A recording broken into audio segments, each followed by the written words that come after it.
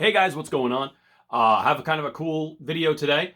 I started getting into Masters of the Universe figures, not really to collect. Um, so what kind of interested me, let me grab this too. What kind of interested me was the new Origins line. They're so posable and they look like the figures I had when I was a kid, and they're super cheap. That was kind of like too good for me to pass up. Now I already started customizing this guy. Skeletor, the armor kind of has a traditional attachment series, but I've gone in with some silver and some red, and the head's a little loose on this guy. I got to put an O-ring in there and sort of get it back to where it should be. But so I picked him up first, and I enjoyed him so much I went and got the He-Man too, who's standing on my Grayskull. And I was taking some photos, and I showed you guys the mat before, and I even picked up some of these. Now I've gone in and custom painted these already. Some of these minis, because they came with the Eternia. The Eternia minis come with this Castle Grayskull, which comes in this really ugly sage green plastic, which I've gone in and repainted in various styles, a couple different ways, just to see how they look. And I've enjoyed those. So I decided that I wanted to have something to shoot them against. So what I did was I picked up a sheet of dragon skin from Joann's Fabrics, and I decided to sort of... Sorry, I'm trying to pull his head off. One of the cool things about the Origins line is the heads, the torsos, the body parts, they all come apart, which means they're super customizable. And that kind of got me thinking. I was like, man, I want to maybe get into some customizing again like I did when I was a kid. So I thought about that. So one of the things I picked up, for example, was I picked up some Keldor heads. Let's see if I can focus this dude. Focus on Keldor. Sorry. Let's see if I can tap it and get him to...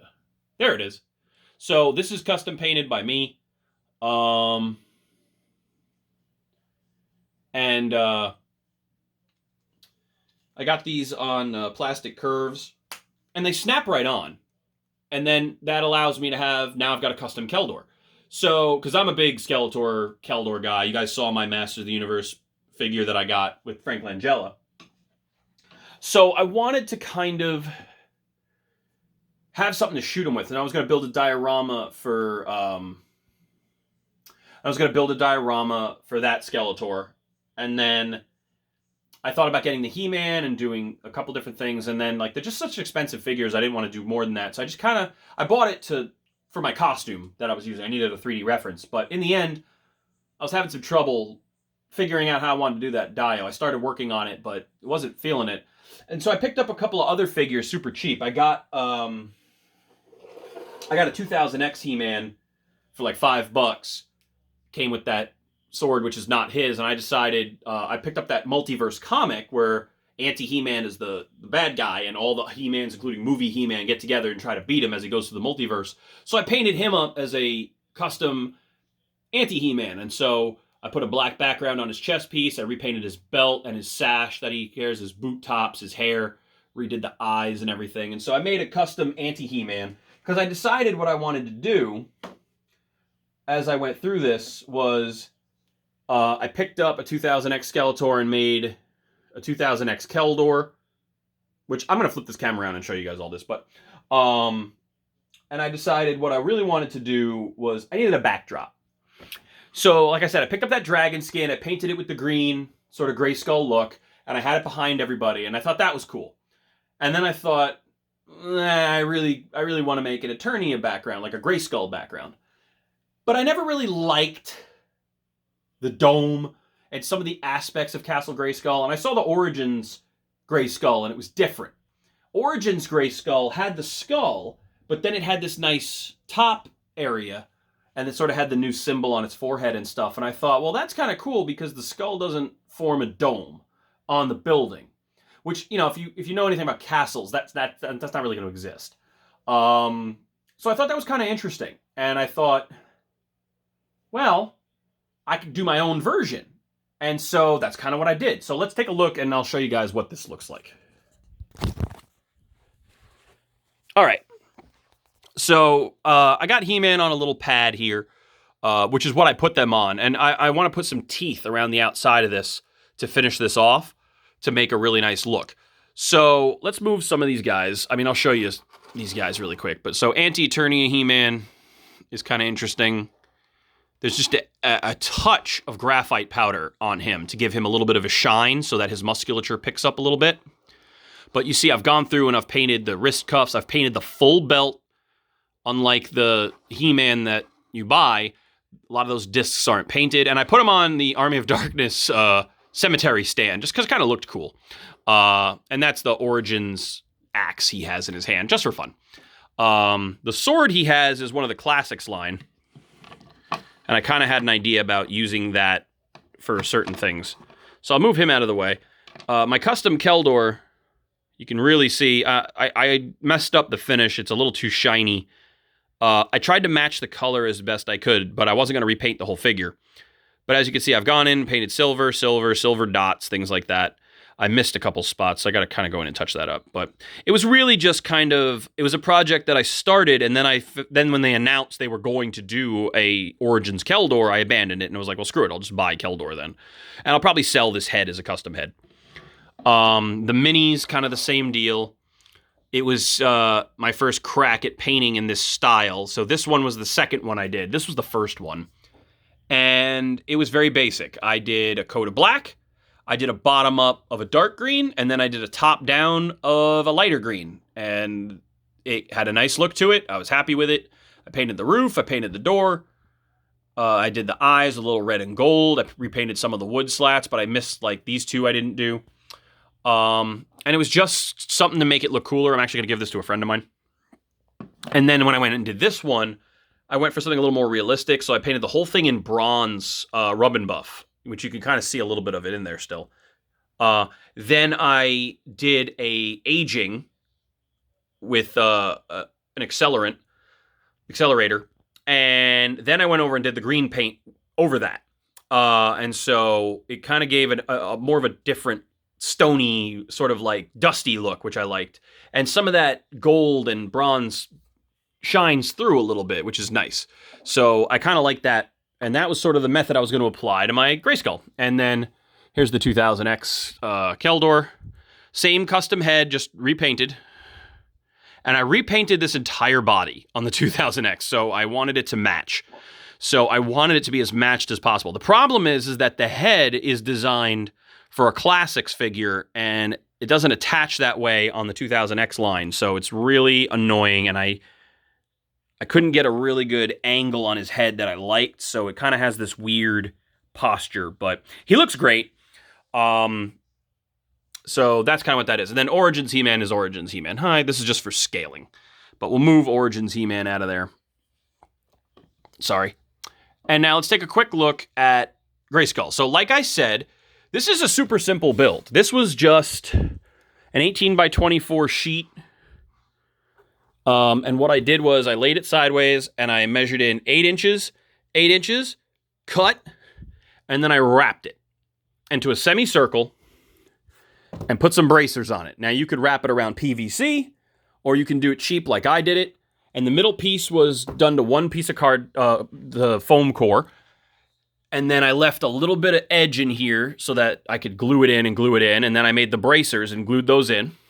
And then I cut a piece off the top, dropped it down, did a rim, dropped it down, did a rim.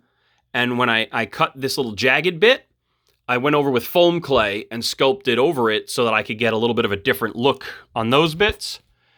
I put a strip and decided to do foam clay over the whole thing. And then this sits a little further back, those stone pieces, to give it some depth. And it's the same process, and I just used a mold and pressed that on. Now, the skull was a whole other thing. I bought a really cheap skull mask from Five Blows, $1.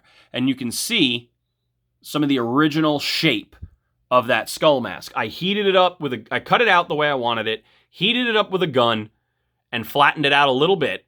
And then I mounted it onto some foam clay base, which you can see. And then I sculpted, and because Grayskull's skull is actually an ape, it's actually a gorilla base, I bulked out the cheekbones way out, redid the teeth. So the teeth setting, I completely bulked that out and then stretched that out across so that I could add these 3 extra teeth on each side and create that. And then black Plastidip over the whole thing, and then a gray over the whole thing. And then I went in and started hitting the green. There's some gray in some of my green here and there, so that there's just a hint of tonal things. Now, unfortunately, I did get some fingerprints and stuff on it, so I'll probably have to go in and touch it up, but you get a kind of a cool look to it. Now, the door couldn't be simpler. It's the hole I cut out of the backer board, and I laid giant popsicle sticks over it, ran some red marker in between the slots so that it would pop a little bit, then I hit it with some shoe polish, and then I went over it with some paint, with some gray and brown, and just sort of scraped it in to give it a wooden look.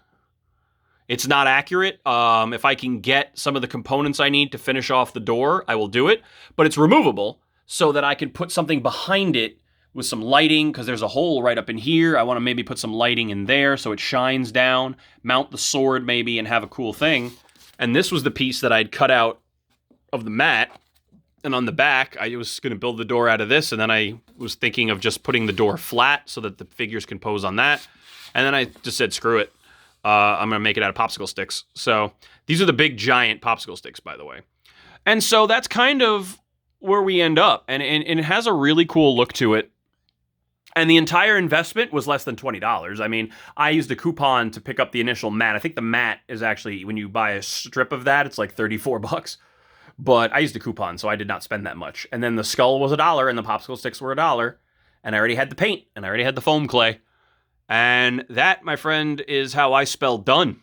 So this is cool.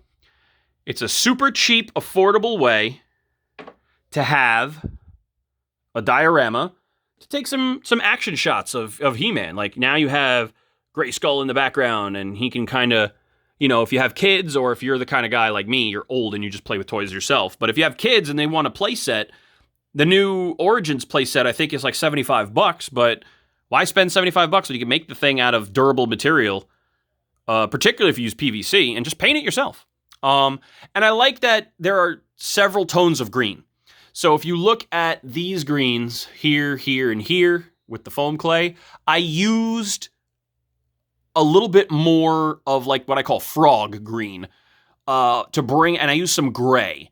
Let me see if I can get in close and show you some. Yeah, you can see some of the gray in there. So the reason I did that is I wanted it to look like it was different stone. I wanted it to look like this was finishing stuff done on the castle, and they had added this after the fact. So I wanted these stones to have a different feel than the add-ons. I deliberately did that, and I wanted the skull to just ever have a grayer hint, a grayer tint than the rest of it. I didn't want to go full-on gray, but I wanted it to have that. And you can actually put these guys up here and have them hang out up here. And I have to change the height of where the thing is, but I can actually mount figures up there if I wanted to. I could put Sorceress up there or whatever. So I do have that ability. And I'm going to build a platform back here so people can stand there, and just, it'll make for good posing, but really it was for photographing. I wanted it to just look cool, and I'm really happy with the result. Again, foam clay and EVA foam mat, and that's a Castle Grayskull. It's so simple, and why would I spend $75? If I could achieve that with basic stuff, if I actually tried, I could probably build a really sweet, large Castle Grayskull. I just wouldn't have any place to put it, so there's no point in me doing it. And I made it symmetrical because I like it symmetrical. I wanted a cool backdrop, and I think I achieved that. I'm happy with it. The last thing that I will do is put teeth around the front of this to finalize the look, because when the drawbridge drops, you're supposed to drop onto those teeth. So I'm going to finish that off and make that a thing, and that's it. That's done. I'm going to get another mat to use as the floor, which I'll paint a different color. Ow, that hurt. And that's it. So I'm really happy with it. Hopefully you guys take a crack at doing that too. But I mean, the foam clay makes a really nice seam on its own. It's not perfect, but in the end, for what I'm using it for, it doesn't really have to be. because it's supposed to be old stone. So you can achieve that look very easily. And using popsicle sticks to make it out of wood gives it some of that difference, that pop that you're looking for. And I really do like the dragon skin as stones, you know? If the whole castle was this, it might have too much of a cracked, overdone look, whereas this just kind of gives it enough of your eye sees it and recognizes it, but at the same time, it doesn't take away from the figure if you're photographing it. And it works with whether I put an Origins figure in front of it, or if I put a really detailed 2000X figure in front of it. You know, it photographs well either way. And you can use a classics figure as well, and the door's not too short.